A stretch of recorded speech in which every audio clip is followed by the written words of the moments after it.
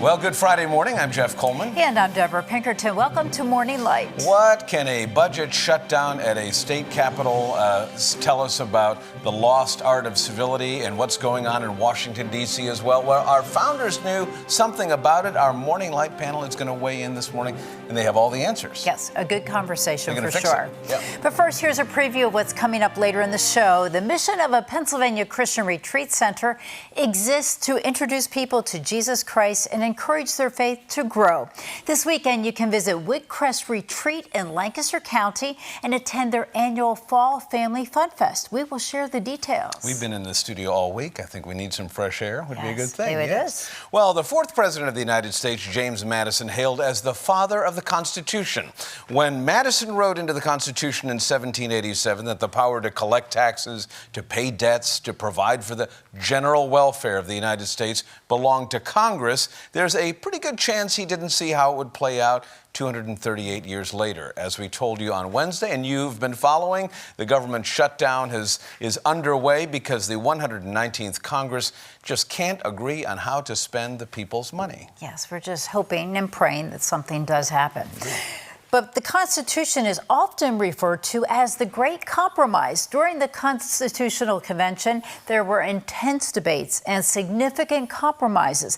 The delegates faced monumental challenges.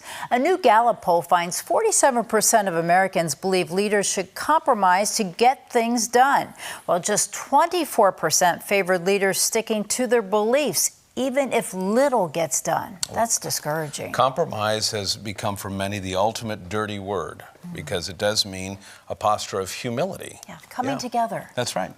But for leaders in both political parties, compromise often means risking fundraising or media opportunities. Worse yet, being framed as weak or ineffective. If these are some of the reasons for a budget impasse in Harrisburg and in Washington, D.C., is there a way for Christians in government to act as translators, helping each other see each other and the value that they bring to these debates and discussions? Is there a way to be principled and still compromise for the greater good? We'll take this very hard question to the Morning Light panel this morning.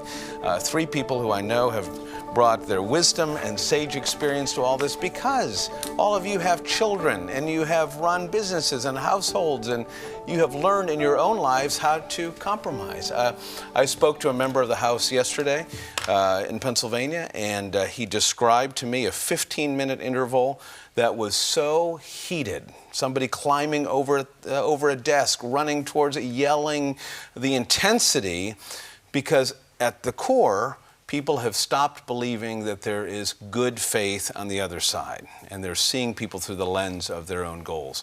John, you ran a very large piece of state government that required appropriations, money to be spent, the taxpayers' money. Your budget, though, was contingent upon legislators making agreement. Your window into that process, what was at the root of legislators being unable to reach a number or a compromise? At the root, when I first started, it wasn't as difficult to reach compromise. And I think there's really two significant differences. One, I think the legislators were more educated on the actual governance and the operation. So the conversations with legislators early in my tenure were subject heavy. That wasn't the case later in my tenure. And secondly, and I point to COVID as at least in Pennsylvania government, at least in my experience, when people stopped being relational, when the relationships between the parties became, as you said, not okay to do, and we've suffered from it. But keep in mind, and one of the things that I think we're really listing into a bad space is it's almost like it's a TV show, like governing is a TV show. And quite frankly, we're finding out from the early on, from the U.S. aid cuts, food insecurity in areas, in this area, the area we live in, has gone up. Now you have the federal shutdown simultaneous with the state not having a budget. The nonprofits, a lot of the nonprofits who are coming on this show are impacted by that, and people are impacted. So we really have to get to a place where we're having an honest conversation and truth and holding elected officials to account. Cynthia, so I want to talk to you. So there's another poll out that the New York Times had this morning that says that people believe we are too politically divided to actually get anything done. 64% of Americans say we're going to stay here. We are far too politically divided to get anything done. 33% think there's still a chance. What do you think is he described this breakdown in relationships. What about the root in the heart of people that keeps us from wanting to do business with somebody else? What do we see in somebody that we say, I can't work with you? Yeah, I mean, it's become about them and not about the greater good. You know, we hear so many people say, when we forget that this really has nothing to do with us per se, you know, I'm a voter, we're all voters. You know, we look at who we're voting for in the hope that they cannot go, well, this is what I think. Well, what is best for your community? What is best for our state? What is best for our nation? And I think sometimes what we stumble upon is, if I don't win the next election, they look too far in advance instead of the right here. And like John said, we forget it's the little people that ultimately suffer, you know. So, and that makes it really hard to compromise sometimes when you lose focus on what is for the greater good. So, Joe, both little people, least of these. Sure, absolutely. So if everybody, every politician, every public servant you interview will say the same thing, but I am looking out for the least of these, and so that's why I am making this principled stand. So if everybody is making a principled stand at the same time, right, nothing is going to happen. Right. If you go back to the founders, what you had, though, were people who had a certain amount of wisdom, who understand human nature, also understood, though, the limits of human nature because of sin. Yes. So how do you... all of these Christians, people running on Christian platforms, elected to Congress, elected to the State House, there are enough of them to change all this. Why aren't they the ones who are in the rooms as reconcilers and healers and menders? And that's a great question. I think that the news, the mainstream media has created this environment where the politicians follow suit, that there's a zero-sum game. So they're looking at, it's almost like sports now and entertainment, like I have to win, as opposed to how can I promote ideologies and initiatives that help the greater good. And so now, because I'm a Republican, I got to fight for the Republican Party. I'm a Democrat, I got to fight for the Democrat Party. And the little people, the least of these, are the ones who are the, they're the ones who are actually taking the brunt of that fight. And so if we start to realize that it's like a marriage, when I'm as a husband, there's certain things that I'll say, this is what we stand for. But the majority of things that as a husband, it's not, yes, honey, yeah, we can eat there, we can eat that for dinner. There's a level of compromise that's important. And I think that we have created this environment in the political sphere where everybody's looking for, my party has to win, and they are actually hurting the majority of the everyday man and woman who has to live in a world of compromise. So take 30 seconds. I want you to give me, you're in front of this couple, right? One's a Republican, one's a Democrat, and they have to agree on the family budget.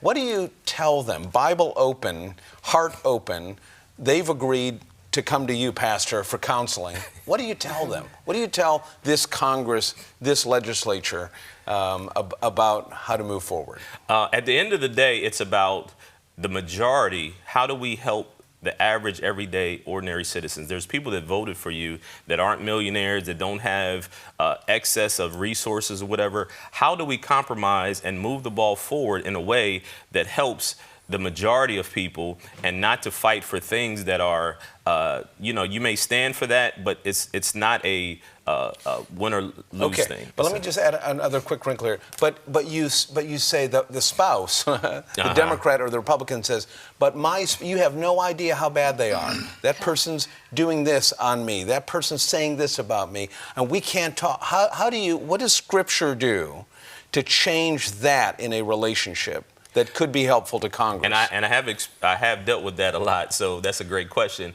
And really what I do is I say, these are the primary things that you as a married couple have signed on to. There's other things that aren't as important.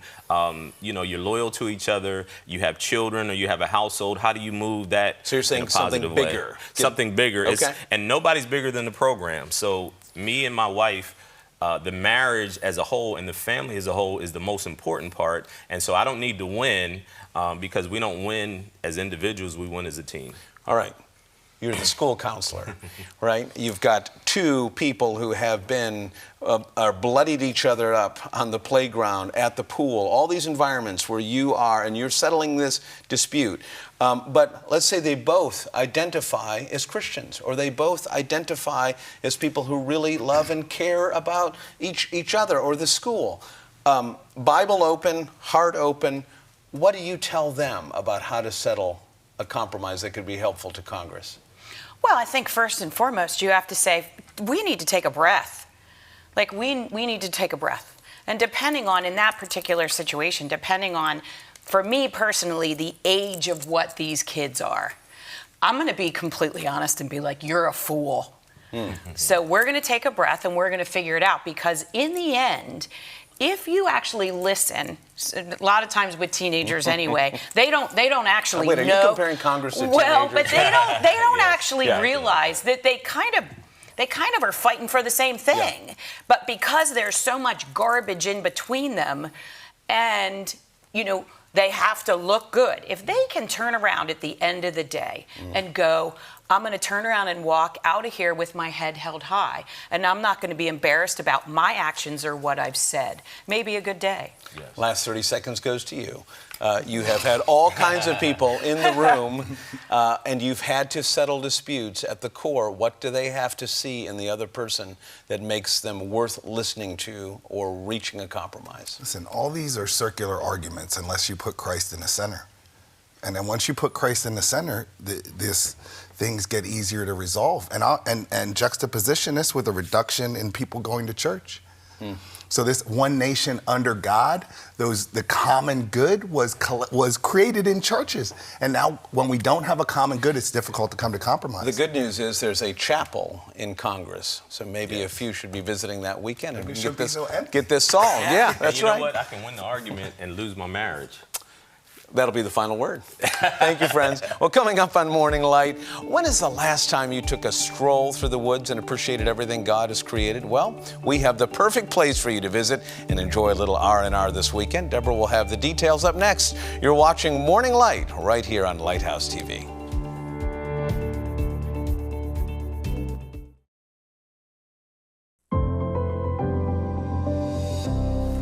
Welcome back. A Lancaster County Bible camp sits on 110 acres of wooded land. During the summer season, Woodcrest Retreat is filled with young campers. Their mission is to introduce people to Jesus Christ. Joining me is the Executive Director, Bill Klees. Thank you for being with us. Thanks for having me. So tell us about Woodcrest Retreat. Yeah, so Woodcrest, our heart and passion is to introduce people to Jesus Christ and encourage their growth.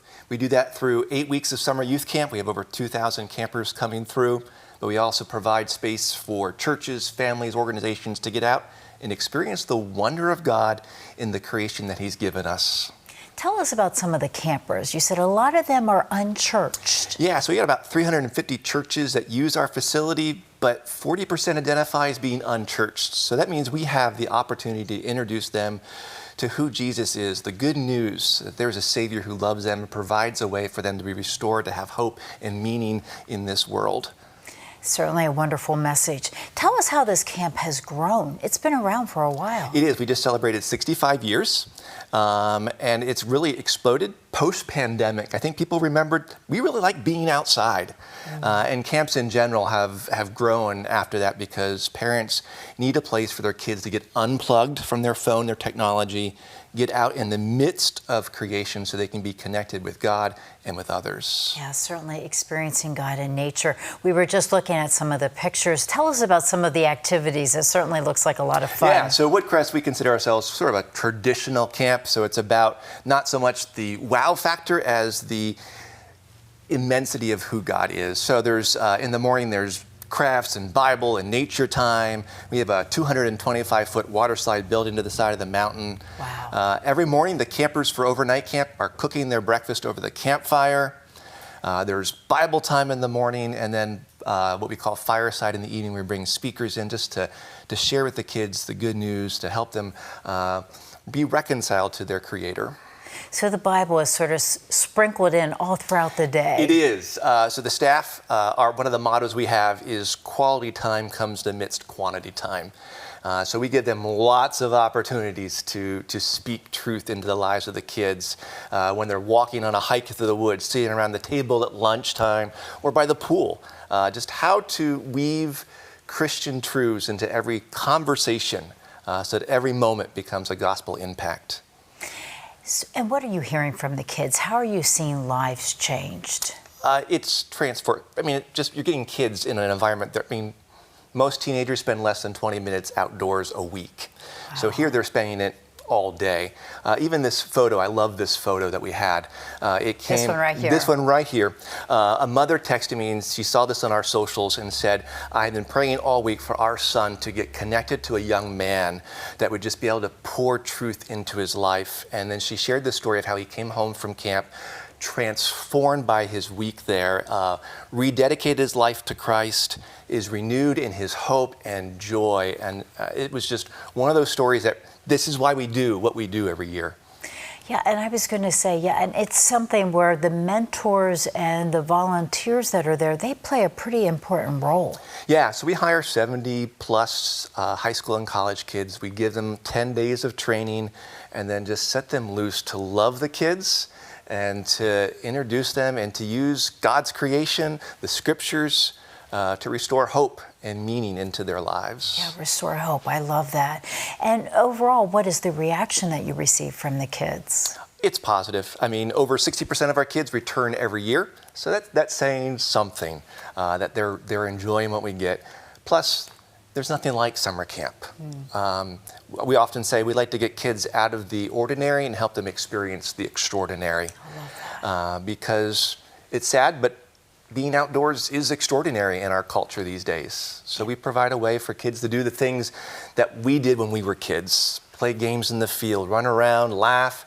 It's a safe place to be themselves, to ask questions, to be accepted and belong in a community that's very diverse. Yeah, I'm a huge fan of Bible camps. I went there. My mother forced me to go to Bible camp, and I was like, oh my goodness, but loved it and became a counselor. So, yeah. Christian Youth Camp is still the number one place outside of the home where people have a transformational encounter with Jesus. Yeah, I can understand that. Bill, we do need to take a break, but we do want to talk to you more about what's coming up at Woodcrest Retreat. All right, thank you. Coming up next on Morning Light, Woodcrest Retreat is going to be a busy place this weekend. Bill will share the details about the Fall Family Fun Fest. That's next. Stay with us. We are back right after the break.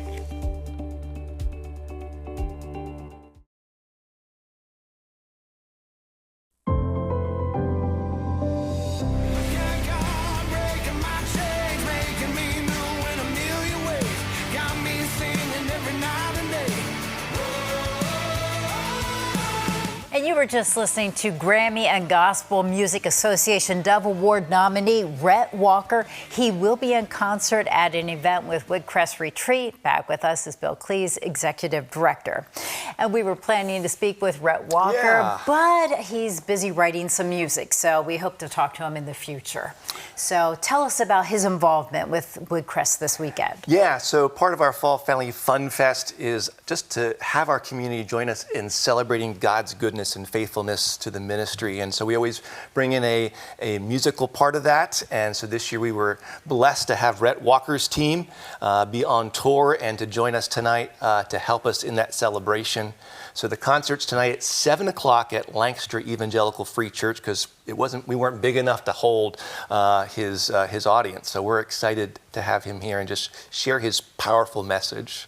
And then tomorrow's a very busy day. It is. Starting at 9 o'clock on our property in Ephrata is our Fall Family Fun Fest. We have a craft and yard sale vendors. We have food vendors, games and activities for family and the children. We have a Gaga Ball tournament, all sorts of things designed to provide a space for people to create lasting memories with their families. Sure, and the weather is supposed to be great. It's going to be great. What is your main mission? What do you hope to accomplish this weekend? So our mission is to create space for families to create memories. It's a way for the kids to reconnect with their favorite summer staff members. It's a way for people to get out again and experience the extraordinary, experience the wonder of God in an inexpensive, enjoyable way without a lot of pressure, just old-fashioned fun for the family. Certainly. And if you can't make it this weekend, you have something that's really pretty incredible that you do in December. Yeah. Tell us about that. Our biggest outreach event is Journey to Bethlehem. It's 2 weekends in December. It is a walk-through live nativity where you walk through with Mary and Joseph to experience the wonder of that first Christmas. You get a wagon ride up to meet where Mary and Joseph encounter the angel and are wrestling with that message of they're going to have a baby. And then you follow them to Bethlehem where there's no room at the inn. And what are you going to do? And then you make your way to the marketplace where you meet some shepherds. And the shepherds take you to their fields where you then encounter the glorious angels that announce the birth of Christ. And then you fly off to find this baby that is wrapped in swaddling clothes. And then the last station is you get a glimpse of what the wise men were thinking as they wrestle with the idea, do they leave everything to follow this star, this message, and are left with the challenge, are you willing to sacrifice everything to follow Jesus when he calls you? Wow, that is so interesting. And the thing is, this is a perfect thing to do, just really to get into the Christmas experience. And it seems like there are a lot of people involved with this. Over 3,000 come, and every night it's 70 live actors, excuse me, animals. It's a powerful time, and we love it. It's just so much joy to see the families come year after year. Some make it a part of their tradition to be a part of that. And you said tickets go? Tickets go on sale November 1st. We always sell out, so as soon as those go up, you can follow us on our social medias. We announce that, but usually within 2 or 3 weeks, they're all sold out. We do take walk-ins. You can just show up, but it's best to have those tickets so you know you're going to get in. And what is the mission? What do you hope people get out from attending, say, this Family Fall Fest or going to see this Journey to Bethlehem in December? It really is that mission of helping people get out of the ordinary. We become so numb to our culture and with everything and just step back. We believe on the mountain you get to experience the peace and presence of God in a way that maybe isn't felt in other places. And so just coming apart for a while to experience that wonder and the power of God and the message of the gospel and to be in community with one another. Yeah, and it seems like our lives are just so busy and it's trying to fit things into our schedule. But this is something that you should do. You should take time to enjoy nature. Yep. If you're here in central Pennsylvania or if you're elsewhere, find activities that are with a God mission to experience nature and what God is doing. Yeah, we often say we have 110 acres of God's outdoor classroom where he's just shouting his glory and come to me, know me, and have a relationship with me. And we love that mission. Thank you so much for being with us. Thanks for having me. Have a wonderful weekend. All right, we will. And to learn more about the Fall Family Fun Fest or to purchase tickets for the Rhett Walker concert, visit woodcrestretreat.org. Stay with us. We are back right after the break.